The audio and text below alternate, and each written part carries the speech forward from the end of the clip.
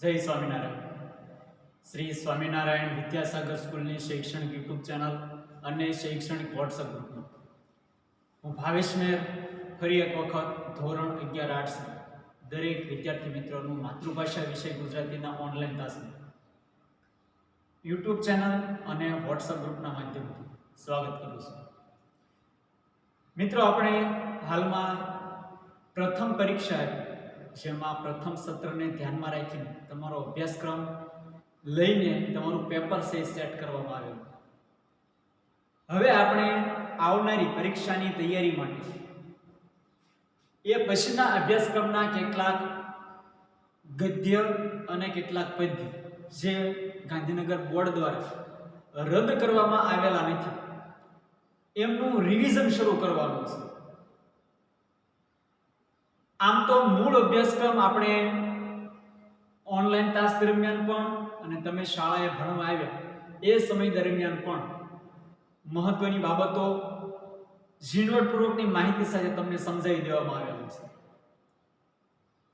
એટલે આજે આપણે રિવિઝનના મુદ્દા અંતર્ગત પાઠ લીધો છે, પદ્ય લીધું છે પરાજયની જીત. આજે આપણે એનું રિવિઝન કરવાનું છે.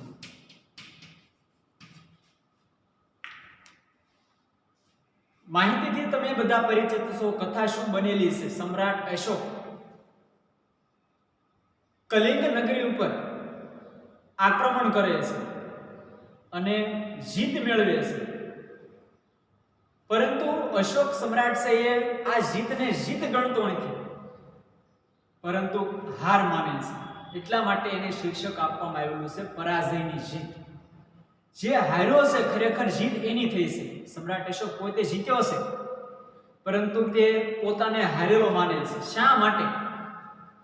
સમજવા માટે આપણે આના વિષય વસ્તુની માહિતી મેળવવી પડશે. જોઈએ આપણે સમ્રાટ અશોક સાથે સંકળાયેલો સરસ મજાનું ખંડ કાવ્ય છે. કવિનું નામ છે પ્રહલાદ પારેખ. એમના બારી બહાર સંગ્રહમાંથી લેવામાં આવેલો આ એક ખંડ કાવ્યનો ભાગ છે. આપણે આજે ભણવાના છે. આજના તાસમાં આપણે ભાગ 1 ની માહિતી જોઈએ, જેમાં કવિનો પરિચય, એનું સાહિત્ય સર્જન, એનો જીવન પરિચય, ઉપરાંત આ ગદ્યના પહેલા ભાગની માહિતી અને કેટલાક શબ્દોની આપણે સમજૂતી મેળવવાની છે.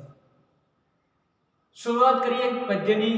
એ પહેલા જે વિદ્યાર્થી મિત્રોએ સ્વામિનારાયણ વિદ્યાસાગર સ્કૂલની યુટ્યુબ ચેનલને સબસ્ક્રાઇબ કરી નથી એ લોકો સબસ્ક્રાઇબ કરી લેજો અને નીચે આપેલો બેલ આઇકન છે દબાવજો, એટલે તમારા ધોરણના દરેક વિડીયો સૌથી પહેલા તમને તમારા મોબાઈલ ઉપર જ મળી રહેશે. આ સિવાય વોટ્સએપ ગ્રુપમાં પણ તમને માહિતી મોકલવામાં આવે છે. એનો પૂરેપૂરો અભ્યાસ કરજો. વિડીયો પસંદ આવે એને લાઈક પણ કરજો. વિષય શિક્ષકો દ્વારા તમને જે કામ સોંપવામાં આવે છે આ દરેક કામ સમયસર કરતા રહેજો. એ પછી પાકી નોટનું કાર્ય હોય, ગૃહ કાર્ય હોય, પ્રોજેક્ટ કાર્ય હોય, અસાઇનમેન્ટને લગતું કોઈ કાર્ય હોય, એકમ કસોટીઓને લગતું કોઈ કાર્ય હોય, પરીક્ષાઓને લગતું કોઈ કાર્ય હોય, આ દરેક કામ સમયસર કરતા રહેજો અને યુટ્યુબ ચેનલ સાથે ખાસ જોડાયેલા રહેજો. તો જોઈએ આપણે પેજ નંબર 70 ઉપર આપણને આપેલું ખંડ કાવ્ય છે પરાજયની જીત. કવિનું નામ છે પ્રહલાદ પારેખ. સાહિત્ય પ્રકાર ખંડ કાવ્ય અને કવિના બારી બહાર સંગ્રહમાંથી એમને લેવામાં આવેલું છે. જીવન પરિચય જોઈએ પહેલા કવિ પ્રહલાદ પારેખનો. કવિ પ્રહલાદ પારેખનો જન્મ ભાવનગરમાં થયો હતો. તેઓના ઘડતરમાં ભાવનગરની દક્ષિણામૂર્તિ સંસ્થાનો મુખ્ય ફાળો છે, જે હાલમાં પણ વાઘાવાડી રોડ ઉપર કાર્યરત છે. દક્ષિણામૂર્તિ સંસ્થાનો એના જીવન ઘડતરમાં ઘણો બધો મોટો ફાળો રહેલો છે. શ્રી નાનાભાઈ ભટ્ટ તેમજ શ્રી હરભાઈ ત્રિવેદી જેવા શિક્ષણવિદો પાસે તેઓ સંસ્કાર ઘડતર પામેલા. આ બંને શિક્ષણવિદો દક્ષિણામૂર્તિમાં કાર્યરત હતા. એમની પાસે એમને જીવન ઘડતરના સંસ્કારો પણ પ્રાપ્ત થયેલા. ગુજરાતી કાવ્ય સાહિત્યમાં 1940 પછી એમના બારી બહાર કાવ્ય સંગ્રહથી સૌંદર્યાભિમુખ કાવ્ય ધારા શરૂ થઈ. સૌંદર્યથી અભિમુખ થયેલા સાહિત્યનું એના દ્વારા શરૂઆત થઈ. બારી બહાર સંગ્રહની બીજી આવૃત્તિમાં એમની સરવાણી કાવ્ય સંગ્રહના કાવ્યો સમાવી લેવામાં આવ્યા છે. બારી બહાર કાવ્ય સંગ્રહ પ્રકાશિત થયો, એમાં એમના જૂના કાવ્ય સંગ્રહ સરવાણીના દરેક કાવ્યનો સમાવેશ કરી લેવામાં આવેલો છે.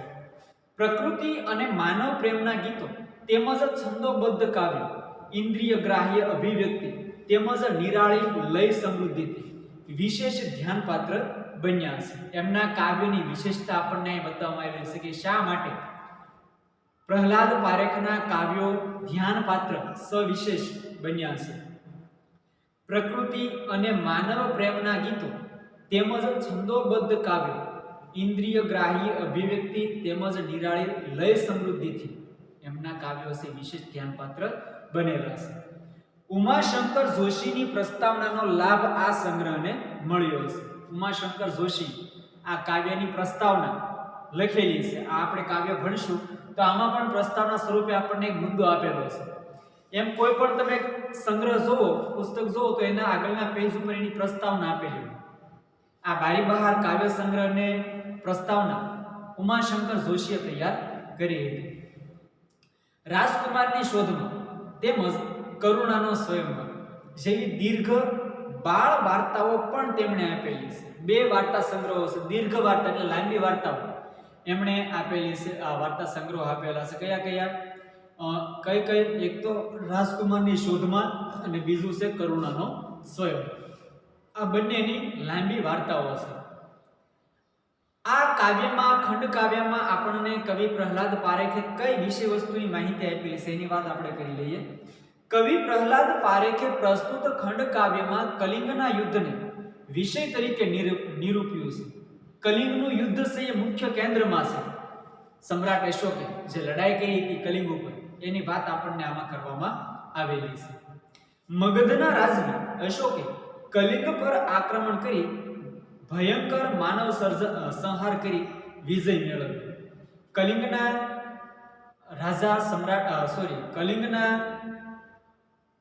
રાજ્ય ઉપર મગધના રાજા સમ્રાટ અશોકે આક્રમણ કર્યું છે અને ભયંકર માનવ સંહાર એટલે અસંખ્ય એટલા સૈનિકોને એમણે મારી નાખ્યા છે. અંતે સમ્રાટ અશોકનો જય થાય છે. સમ્રાટ અશોકે કલિંગ નગરી પરનો પોતાનો વિજય પ્રત્યક્ષ નિહાળ્યો. કલિંગ નગરી ઉપર પોતે જે જીત મેળવી છે એ જીતને પોતે જોવા જાય છે કે કઈ રીતે મેં મેળવી છે. આખી નગરીને સ્મશાનમાં ફેરવાઈ ગયેલી તેમણે પ્રત્યક્ષ નિહાળી. પોતાની આંખે એણે જોયું કે આખી કલિંગ નગરી છે સ્મશાન ભૂમિમાં ફેરવાઈ ગઈ છે. જ્યાં જુઓ ત્યાં સૈનિકોના મૃતદેહો પડ્યા છે. ધરતી પર સર્વત્ર મૃત માનવ દેહો છવાયેલા હતા. ધરતી ઉપર જ્યાં નજર કરો ત્યાં મરી ગયેલા સૈનિકોના શરીર પડ્યા છે.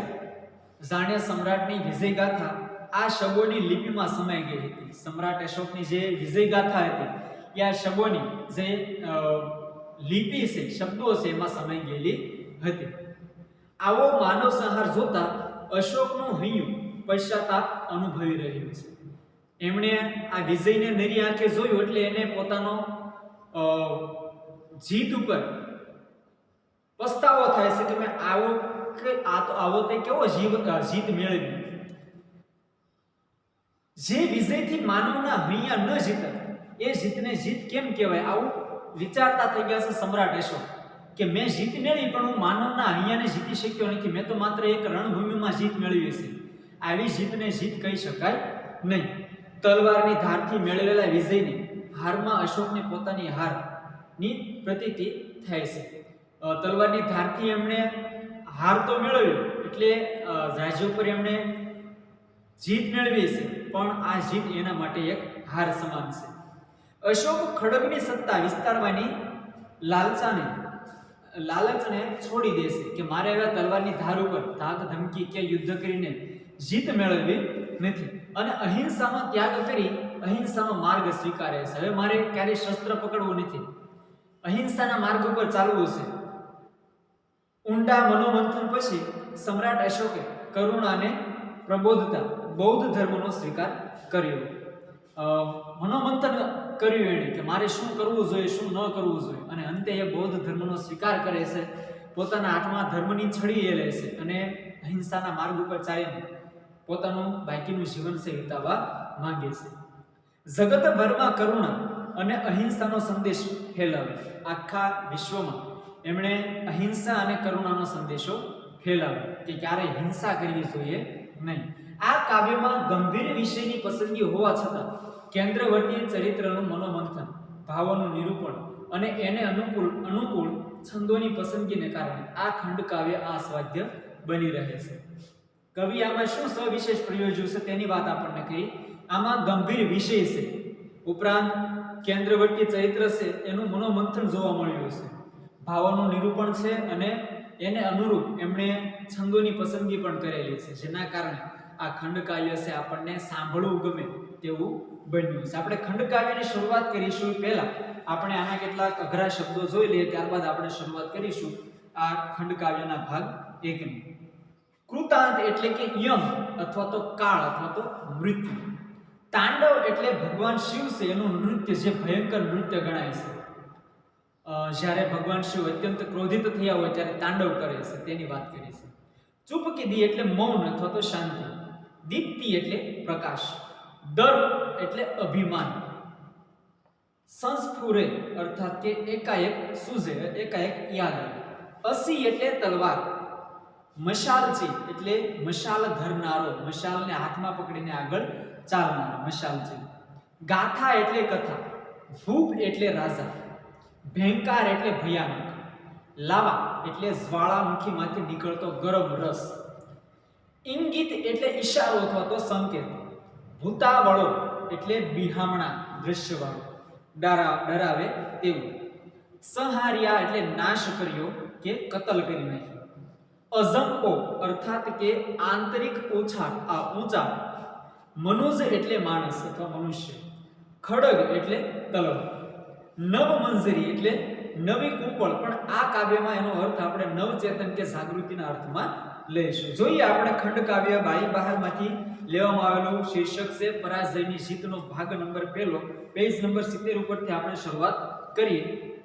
કવિ કહે છે, થયું ખતમ યુદ્ધ ને સકલ શોર તેનો શમ્યો. યુદ્ધ શરૂ હતું ત્યારે શસ્ત્રો સાથે શસ્ત્રો અથડાવવાનો, સૈનિકોની ચીસો, પોકાર, આવા અસંખ્ય અવાજો સંભળાતા હતા. આ બધા જ અવાજ હવે શું થયું છે? યુદ્ધ ખતમ થઈ ગયું છે, એટલે કે યુદ્ધ પૂરું થઈ ગયું છે, સમાપ્ત થઈ ગયું છે. એટલે શોર એટલે અવાજ એનો શમ્યો એટલે કે શાંત થઈ ગયો. અત્યાર સુધી જે શોર અવાજ થતો હતો યુદ્ધનો, એ અવાજ હવે શાંત થઈ ગયો છે. કલિંગ પડ્યું. અશોક નૃપ પામ્યો છે. કલિંગ પડ્યું અર્થાત કે કલિંગની હાર થઈ છે, કલિંગનો રાજા છે હારી ગયો હશે. અને અશોક નૃપ એટલે રાજા, સમ્રાટ અશોક છે એ પામ્યો છે જય, અર્થાત કે એ જીતી ગયો છે, જીત મેળવી છે સમ્રાટ અશોક. યુદ્ધ પૂરું થઈ ગયું છે, ચારે તરફ એનો શોર અવાજ હતો એ શાંત થઈ ગયો છે. કલિંગ રાજ્ય છે હારી ગયું અને સમ્રાટ અશોકની જીત થઈ છે. ભયંકર હતી લડાઈ. સહુ નાદ શસ્ત્રો તણા. ભયંકર હતી લડાઈ એટલે આ લડાઈ છે અત્યંત ભયાનક હતી, ભયંકર હતી. અને સહુ નાદ શસ્ત્રો તણા. સહુ એટલે ચારે તરફ, નાદ એટલે અવાજ, ચારે તરફ શસ્ત્રો અથડાવવાનો અવાજ છે એ સંભળાતો હતો. ભયાનક હતા કૃતાંત કરતો તહી તાંડવ. આ અવાજો પણ ભયાનક હતા અને એની સ્થિતિ પણ અત્યંત ભયાનક હતી. અને એવું લાગતું હતું કે જાણે કૃતાંત કરતો તહી તાંડવ.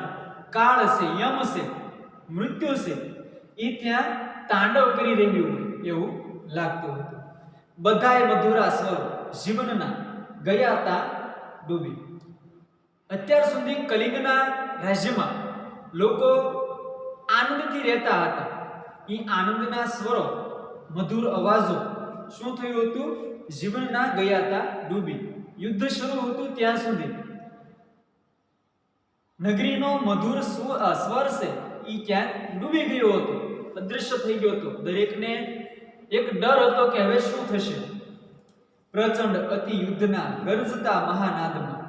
આ યુદ્ધમાં, પ્રચંડ યુદ્ધમાં, ગરજતા મહાનાદમાં, મહાનાદ એટલે મોટા અવાજમાં, આ બધા જ મધુર સ્વરો આ ભયાનક યુદ્ધના મોટા નાદમાં, મોટા અવાજમાં ક્યાંક ને ક્યાંક ડૂબી ગયા હતા, ક્યાંક ને ક્યાંક અદૃશ્ય થઈ ગયા હતા. શમ્યો બહુ દિનો પછી પદ પ્રહારીએ તાંડવ. શમ્યો એટલે કે શાંત થયો. શાંત થઈ ગયો ઘણા સમય પછી પદ પ્રહારીએ તાંડવી. આ પદને મેળવવા માટે જે તાંડવી યમ તાંડવ કરી રહ્યો હતો, નૃત્ય કરી રહ્યો હતો, એ તાંડવ એનું હવે શાંત થઈ ગયું છે, શમ્યો છે. પરાજિત કલિંગમાં ચૂપકીદી છવાઈ રહી. કલિંગ રાજ્ય હારી ગયું છે. આ કલિંગ રાજ્યમાં ચારે તરફ ચૂપકીદી એટલે કે કોઈ પણ અવાજ સંભળાતો નથી. કલિંગના નગરીના નગરજનો પણ શાંત થઈ ગયા છે. પરંતુ ચૂપકીદી એ ભયંક યુદ્ધથી હતી. યુદ્ધ તો ભયાનક હતું જ, પણ આ નગરની જે ચૂપકીદી હતી એ તો યુદ્ધ કરતા પણ વધારે ભયાનક હતી. નિરાશ નગરી હતી, નયન નીરને ઢાળતી. આખી નગરી નિરાશ હતી. નગરીના દરેક નગરજનો પણ નિરાશ હતા. નયન નીરને ઢાળતી. નયન એટલે આંખ, લોચન, ચક્ષુ. દરેકની આંખમાં નયન નીરને, નીર એટલે જળ, દરેકની આંખમાં આંસુ હતા. કોના? કલિંગ નગરીના નગરજનોની આંખોમાં હતી બિન સહાય એક કરુણ આજ તેની સ્થિતિ. આજે કલિંગ નગરી બિન સહાય હતી, કોઈ પર આધારે ન હતો નહીં. કરુણ આજ તેની સ્થિતિ. આજે કલિંગ નગરીની સ્થિતિ અત્યંત કરુણ હતી, કેમ કે નગરના નગરજનો, સૈનિકો ઘણા બધા મૃત્યુ પામ્યા હતા. ઘણા શૂરવીરો યોદ્ધાઓ મૃત્યુ પામ્યા હતા. સ્વયં કલિંગ નગરીનો જે રાજા હતો એ પણ મૃત્યુ પામ્યો હતો. એટલે એની સ્થિતિ અત્યંત કરુણ હતી. સમૂળ ઉખડી ગયેલ મૃદુ વેલશીએ પડી. સમૂળ એટલે મૂળ સાથે, ઉખડી ગયેલ મૂળ સાથે ખેંચી નાખેલી. મૃદુ વેલ એટલે કોઈ વેલને જાણે મૂળમાંથી ખેંચી નાખી હોય અને ફેંકી દીધી હોય અને એના પાન છે એ લજાઈ જાય, એમ કલિંગ નગરીની સ્થિતિ પણ આજે આવી આધાર વિહોણી બની ગઈ છે. વાગોળે છે વિજય શિબિરે આજ સમ્રાટ તેના. વિજય પામેલા સમ્રાટ અશોકની શિબિરમાં જે કોઈ સમ્રાટો જીવિત છે એ બધા જ સમ્રાટો ભેગા થઈને પોતાના આ વિજયને વાગોળી રહ્યા છે, યાદ કરે છે કે આપણે કેવું કેવું યુદ્ધ કર્યું છે, જેના કારણે આજે આપણને વિજય મળ્યો છે.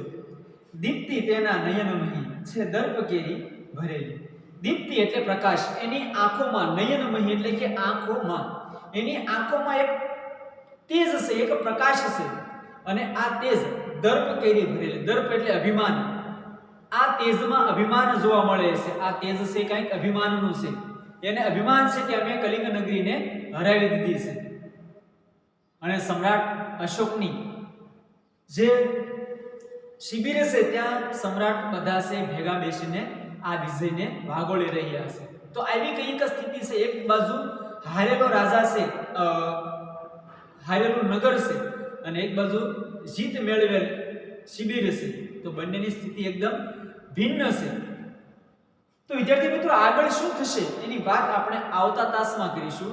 આજના તાસ માટે આપણે અહીં સુધીના મુદ્દાને રાખીએ. આમાંથી કેવા કેવા પ્રશ્નો પૂછાઈ શકે એની એક ટૂંકી માહિતી આપણે મેળવી લઈએ. સમ્રાટ અશોકની આંખોમાં શેની દીપ્તિ હતી? સમ્રાટ અશોકની આંખોમાં જીત મેળવવાના અભિમાનની દીપ્તિ જોવા મળતી હતી.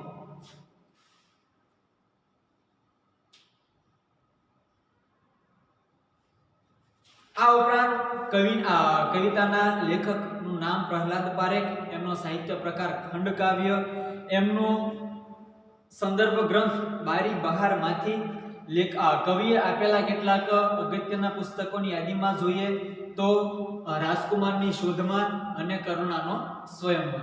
આટલા કેટલાક પ્રશ્નો આમાંથી પૂછાઈ શકે. આ ઉપરાંત વિષય વસ્તુના મુદ્દામાંથી પૂછાઈ શકે એવા પ્રશ્નોની માહિતી આપણે આવતા તાસમાં કરીશું. દરેક વિદ્યાર્થી મિત્રોએ આગળના ભાગની માહિતીનો થોડોક વાંચીને અભ્યાસ કરવાનો છે. ફરી મળીશું ભાગ 2 સાથે, આગળની કેટલીક વિષય વસ્તુની માહિતી સાથે. ત્યાં સુધી રજા આપશો મને, સમયાંતરે વાંચન કરતા રહેજો. દરેક વિદ્યાર્થી મિત્રોને મારા જય સ્વામિનારાયણ. આપનો દિવસ શુભ રહે.